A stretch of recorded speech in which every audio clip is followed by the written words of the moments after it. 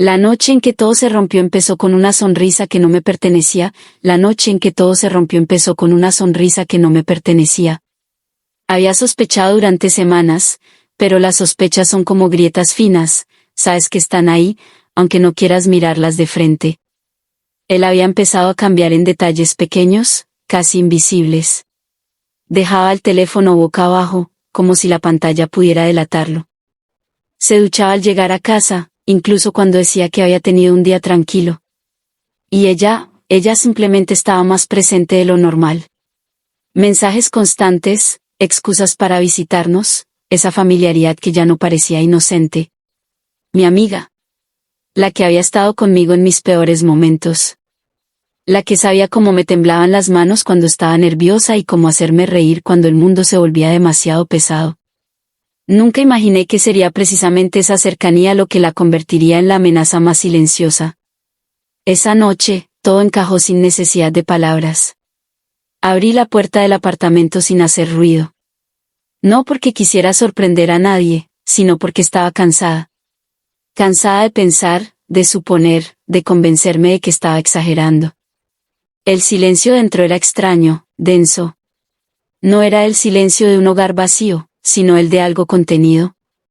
Y entonces los vi. No fue una escena exagerada ni dramática. No hubo gritos ni movimientos torpes al principio. Fue algo peor, natural. Demasiado natural. Estaban juntos en el sofá, lo suficientemente cerca como para que no hubiera dudas, lo suficientemente cómodos como para que pareciera habitual. El tiempo no se detuvo. Se volvió lento, pesado, como si cada segundo tuviera que arrastrarse hasta el siguiente. Ella fue la primera en reaccionar. Sus ojos se abrieron, su cuerpo se tensó, y entonces se apartó de él como si el contacto quemara. Él tardó un poco más, como si su mente necesitara alcanzarme. Y yo sonreí. No fue una decisión consciente. No fue valentía ni control. Fue una reacción extraña, automática, como si mi cuerpo necesitara protegerme de lo que acababa de ver. Una sonrisa ligera, casi educada, completamente fuera de lugar. Vaya, dije, con una calma que no sentía. No sabía que tenía invitados. Él se levantó de golpe. No es lo que parece, soltó, demasiado rápido, demasiado ensayado. Eso me hizo inclinar ligeramente la cabeza, observándolo como si fuera un desconocido. Claro que lo es, respondí, suavemente. Pero no se preocupen. No voy a hacer una cena. Ella empezó a llorar. Sus lágrimas llegaron rápido, como siempre. Se llevó las manos al rostro, negando con la cabeza. Lo siento, no queríamos que lo descubrieras así. La frase quedó suspendida en el aire, absurda en su propia lógica. ¿No? Pregunté, sin elevar la voz. Entonces, ¿cómo? Ninguno respondió. El silencio que siguió no era incómodo. Era definitivo. Lleno de todo lo que ya no necesitaba decirse. Miré alrededor del apartamento, nuestro apartamento. Cada objeto parecía de pronto ajeno, como si perteneciera a otra versión de mi vida. Las fotos, los libros, incluso la taza que ella misma me había regalado meses atrás. ¿Desde cuándo? Pregunté finalmente. Él evitó mi mirada. Ella dejó de llorar lo suficiente como para quedarse inmóvil. Y ahí lo entendí. No importaba la respuesta exacta. Porque cualquier respuesta sería demasiado. Asentí despacio, como si confirmara algo que ya sabía. Entiendo, dije. Pero no lo entendía. No realmente. Lo que sí sabía era que algo dentro de mí acababa de romperse, y no hacía ruido. Tomé mi bolso sin prisa, como si me estuviera preparando para salir a comprar algo trivial. Nadie intentó detenerme de inmediato. Tal vez no sabían cómo. Tal vez pensaron que volvería. Antes de cerrar la puerta, me giré una última vez. No para mirarlos a ellos, sino para mirar el lugar que ya no sentía mío. Y entonces, por un segundo, mi sonrisa volvió. Más firme esta vez. Más real. Luego me fui, el hospital olía a desinfectante y urgencia, una mezcla que se te queda pegada en la garganta como si también quisiera limpiarte por dentro. Las luces eran demasiado blancas, demasiado intensas para una noche que aún no terminaba. Me senté en una silla de plástico frío, con las manos entrelazadas sobre el regazo, observando el ir y venir de enfermeros, camillas, puertas que se abrían y se cerraban con prisa. No sabía exactamente por qué me había quedado. Había visto el accidente a unos metros de distancia. El impacto seco, el sonido del metal, los gritos. Y luego, entre la gente que se arremolinaba, reconocí la chaqueta de él. La misma que llevaba cuando salí del apartamento.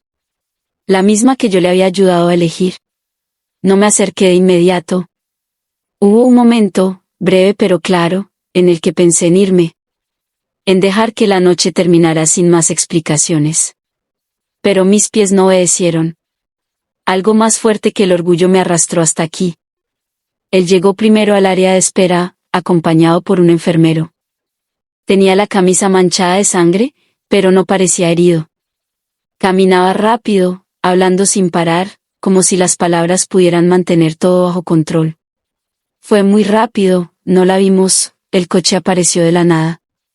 No terminó la frase cuando me vio. Se quedó inmóvil. Por primera vez desde que lo conocía, no supo qué decir. Yo no hice ningún gesto. Solo lo miré, como había hecho antes, con esa distancia que ya se estaba volviendo natural. «¿Estás?» empezó, señalando vagamente hacia mí, como si no supiera qué estaba preguntando. «Estoy bien», respondí. No era verdad, pero tampoco importaba. Ella llegó unos minutos después. Su estado era distinto. No hablaba, no intentaba explicarse. Sus ojos estaban rojos, su respiración desordenada, como si el cuerpo aún no entendiera que ya no estaba en el coche. Cuando me vio, se detuvo en seco. El silencio entre nosotros se volvió más pesado que antes. Ya no era solo traición. Era algo más complejo, más oscuro. Empezó, pero la voz le falló. No insistí. Nos sentamos los tres, separados por centímetros que parecían kilómetros. Nadie sabía dónde mirar. Nadie sabía qué papel le correspondía en esa escena absurda. Pasaron minutos. O tal vez horas. El tiempo dentro de un hospital no funciona igual. Se estira, se deforma. Cada vez que se abrían las puertas de urgencias, los tres levantábamos la mirada al mismo tiempo. Una coreografía involuntaria, casi ridícula. «Tiene que salir alguien ya», murmuró él, frotándose las manos. «Tiene que decirnos algo». No respondí. Me limité a observar cómo sus dedos temblaban ligeramente. Finalmente, la puerta se abrió de nuevo y un médico salió. Su paso era firme, su expresión controlada. No había prisa en él, pero tampoco calma. «¿Familiares del paciente del accidente?», preguntó. Hubo un segundo de vacilación. Él dio un paso adelante. «Sí, yo también me levanté». «Soy su esposa», dije, antes de que terminara. La palabra quedó suspendida en el aire. Pesada. Innegable. El médico nos miró a los tres, evaluando rápidamente la situación. No preguntó más. Solo asintió y nos hizo un gesto para que nos acercáramos. «El paciente está estable por ahora», empezó. «Ha tenido suerte dentro de lo que cabe». Nadie respiró hasta que dijo esa frase. Pero no terminó ahí. El tono del médico cambió ligeramente. Se volvió más serio, más preciso. «Durante la evaluación, hemos detectado algo que no está relacionado con el accidente». Sentí como el aire se volvía más denso. En los análisis preliminares hay indicios claros de una infección avanzada. Se trata de una enfermedad de transmisión sexual. El silencio fue absoluto. El médico continuó, profesional, sin adornos. Por el estado en que se encuentra, no es reciente. Lleva tiempo desarrollándose. No miré a ninguno de los dos. No hacía falta. Les recomiendo que se hagan pruebas lo antes posible, añadió, dirigiéndose a ellos con claridad. Ambos. La palabra resonó con una precisión casi quirúrgica. Entonces, sin darme cuenta, volví a sonreír. No por alegría. No por alivio. Sino porque, por primera vez en toda la noche, algo tenía sentido. Salimos del hospital sin que nadie nos indicara realmente que podíamos hacerlo. Simplemente ocurrió. Las puertas automáticas se abrieron y el aire de la noche nos golpeó con una frialdad distinta, más real que la del interior estéril. Afuera, todo seguía igual, coches pasando, gente caminando, luces encendidas. Como si nada hubiera cambiado. Pero todo había cambiado.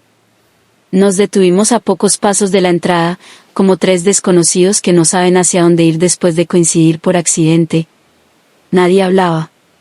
El silencio ya no era incómodo ni tenso. Era definitivo, como una puerta cerrada desde dentro. Ella fue la primera en quebrarse. Yo no sabía, dijo, con la voz rota, llevándose las manos al pecho como si le faltara el aire. Te juro que no sabía nada de eso. Sus ojos buscaban los míos desesperadamente, como si aún existiera algo que pudiera rescatarse entre nosotras. Pero lo único que encontré en su mirada fue miedo. No culpa, no dolor por mí. Miedo por ella misma. Eso fue lo que terminó de borrar cualquier resto de lo que habíamos sido. No tienes que explicarme nada, respondí, con una calma que ya no era fingida. De verdad. Ella negó con la cabeza, dando un paso hacia mí. Sí, sí tengo, porque esto no era así, yo. Las palabras se le deshacían antes de poder tomar forma. Ya no lloraba como antes. Era distinto ahora. Más seco, más desesperado. Él intervino entonces, como si necesitara recuperar algún tipo de control. Podemos arreglarlo, dijo, acercándose también. Todo esto se salió de control, pero podemos hablar, ir a un médico, ver opciones. Lo miré. De verdad lo miré. Y fue extraño darme cuenta de que ya no reconocía al hombre frente a mí. No por lo que había hecho, sino por lo que ya no me provocaba. No había rabia, ni celos, ni siquiera tristeza en ese momento exacto. Solo una claridad fría, casi incómoda. ¿Arreglar qué? Pregunté, sin levantar la voz. Él abrió la boca, pero no respondió. Porque no había respuesta posible. ¿La mentira? ¿La traición? ¿O el hecho de que todo esto lleva tiempo pasando sin que yo lo supiera? Continué, manteniendo la misma serenidad. ¿Qué parte exactamente crees que se puede arreglar? El silencio volvió, pero esta vez no fue compartido. Fue suyo. Ella empezó a llorar otra vez, más fuerte, más descontrolada. Nunca quise hacerte daño, repitió, como si esa frase pudiera cambiar algo. Pero lo hiciste, respondí, sin dureza, sin emoción. ¿Los dos? Di un paso atrás, creando una distancia física que reflejaba la emocional que ya era imposible de cerrar. Y lo más curioso, añadí, casi en un susurro, es que no tuve que descubrirlo yo. Ambos me miraron, confundidos. La verdad llegó sola. No dije más. No hacía falta mencionar el diagnóstico, ni repetir lo que el médico había dejado claro con precisión quirúrgica. Esa verdad ya estaba instalada entre nosotros, silenciosa pero imposible de ignorar. Él pasó una mano por su cabello, nervioso. Podemos empezar de nuevo, insistió, aunque su voz ya no tenía convicción. ¿Superar esto? Negué lentamente. No, dije. Yo no tengo nada que superar. Y en ese momento supe que era cierto. Porque el dolor más fuerte había sido al abrir aquella puerta. Lo que vino después no fue más que confirmación. Orden. Cierre. Me giré sin prisa. Esta vez no dudé. No esperé que dijeran algo más, ni que intentaran detenerme. ¿Y ya está? Preguntó él, detrás de mí. ¿Te vas así? Me detuve solo un segundo, lo suficiente para responder sin volverme. No, dije. Ya estaba. Y seguí caminando. Cada paso se sentía ligero, como si estuviera dejando algo atrás que ya no me pertenecía. No era solo a ellos. Era la versión de mí que había confiado sin reservas, que había compartido su vida con dos personas que eligieron romperla en silencio. La noche me envolvió otra vez, pero esta vez no se sentía pesada. Porque a veces, la verdad no llega para destruirte. Llega para liberarte.